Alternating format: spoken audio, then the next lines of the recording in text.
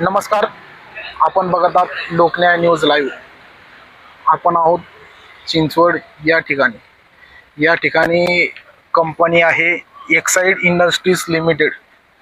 या कंपनीने कामगारांना बदली म्हणून हरियाणा या ठिकाणी त्यांची बदली केलेली असल्यामुळे कामगारांनी त्या ठिकाणी जाण्यास नकार दिल्यामुळे त्यांना बडतर्फ करण्यात आलेलं आहे. गेली 2 महिने होऊन गेले हे कामगार या ठिकाणी आंदोलन करतायत. आज महाराष्ट्राचे मुख्यमंत्री म्हणतात की मराठी माणूस टिकला पाहिजे, पण ही कंपनी मराठी माणूस हा येथून घालवण्याचं काम करत आहे आणि परराज्यातले जे नागरिक आहेत किंवा घुसखोर आणि त्यामध्ये बांगलादेशी असू शकतात अशांना या ठिकाणी काम देत आहे. हे कुठंतरी चुकीचं आहे. आपण त्यांच्याकडनं आज जाणून घेऊ काय सध्या परिस्थिती आहे. सर, तुमचं नाव काय सांगाल? माझं नाव आहे सुनील परसे.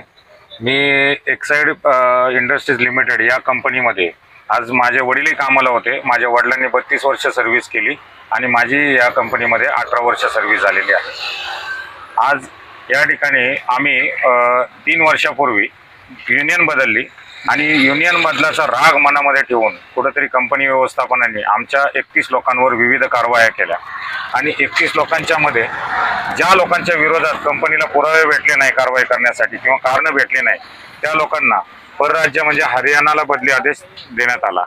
आणि सर, तुम्ही म्हणताय युनियन बदलली म्हणून कारवाई झाली. हो. आधी कोणत्या युनियन मध्ये काम करत होतात आणि आता कोणत्या युनियन मध्ये गेल्याच्या नंतर कारवाई केली?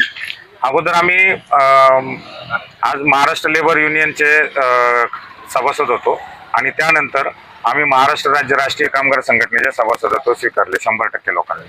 आता ती संघटना काम सदस्यत्व स्वीकारलं, ती कोणाची संघटना आहे? आता महाराष्ट्र राज्य राष्ट्रीय कामगार संघटना इथे काम करते आणि महाराष्ट्र राज्य राष्ट्रीय कामगार संघटनेने आता इंटरनल युनियन स्थापन केली आणि आज ते कामकाज बघतात.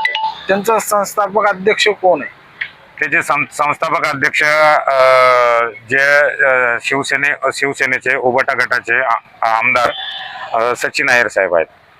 कुठंतरी सरकार विरोधी पक्षाचा आवाज दाबण्याचा प्रयत्न करते का?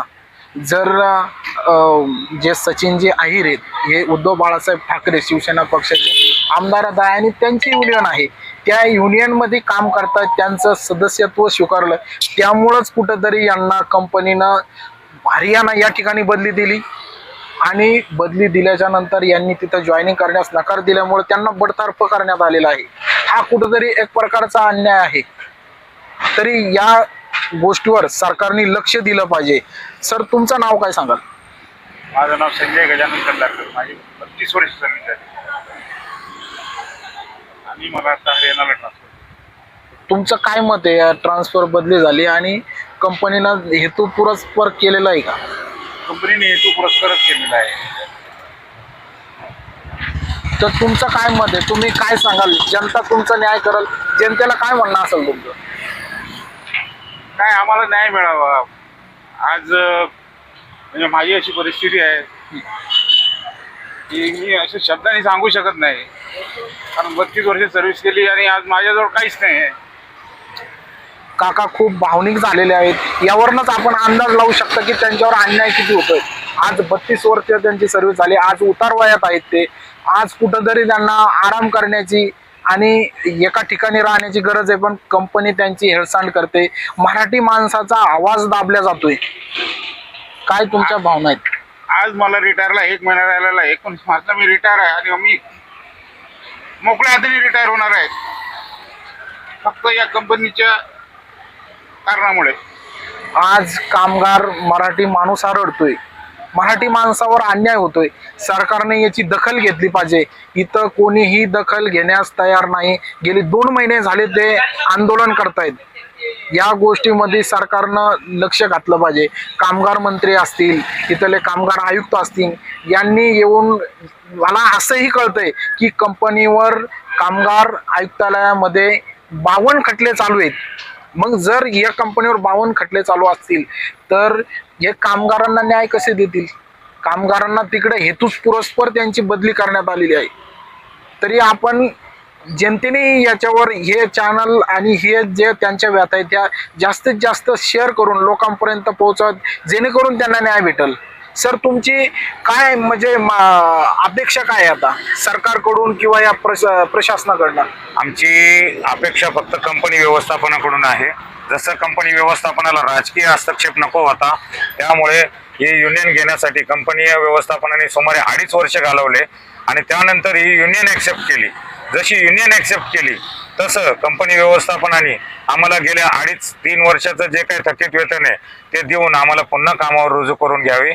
आणि हीच आम्हाला आमची कंपनी व्यवस्थापनाला विनंती आहे की यांनी आम्हाला परत पुन्हा कामावर रुजू करून घ्यावे याच ठिकाणी चिंचवडमध्ये. कारण आज हजारोच्या संख्येने आज नेपाळी, यूपी, बिहारी लोक इथे काम करतात आहेत. आज आम्ही इथले भूमिपुत्र आहे आणि आमच्या वडिलांनी या कंपनीची पायाभरणी केलेली आहे. आज एवढे 50-55 वर्ष जर का आमचं कुटुंब या कंपनीसाठी राबतंय तर आम्हाला न्याय मिळाला पाहिजे. आणि आम्ही कंपनी व्यवस्थापनाला हेच विनंती करतो की आम्हाला पुन्हा रुजू करून घ्यावे. यासाठी आम्ही गेले 64 दिवसात 63 दिवसापासून आम्ही इथे बसलेलो आहोत. महाराष्ट्र हा खूप संतांची पुरोगामी भूमी म्हणून ओळखला जातो. याच्यात अन्याय झाल्यावर प्रत्येक जण आवाज उठवतो आणि त्याला न्याय देण्याचा प्रयत्न करत असतो. पण इथे कुठेतरी हे 2 महिने झाले आंदोलन करताय, यांच्याकडे कोणीही फिरकत नाही. आता भाऊक झालेले काका आहेत, आपण त्यांची प्रतिक्रिया त्या बोलायचंय त्यांना अजून काय बोलत? मी वैयक्तिक देवेंद्र फडणवीसच्या पीएला लेटर देऊन आलेलं, आमचं निवेदन देऊन आलेलं, गडकरी साहेबांना निवेदन देऊन आलेलं, वैयक्तिक केलेलं आहे मी नागपूरला. अजून त्यांनी काही दखल घेतलेली नाही. बघा या भावना किती तीव्र आहेत, त्यांना रडू येत आहे, भावनिक झालेले आहेत ते.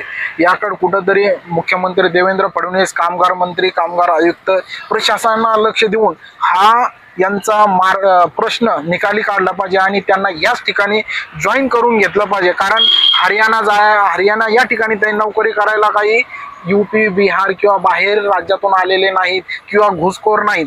त्यांनी इथं वर्षानुवर्ष त्यांचे वडिलोपार्जित हे इथं काम करतायत कंपनीत. त्यांना न्याय भेटणं गरजेचं आहे. आपण बघत होता लोकन्याय न्यूज लाईव्ह.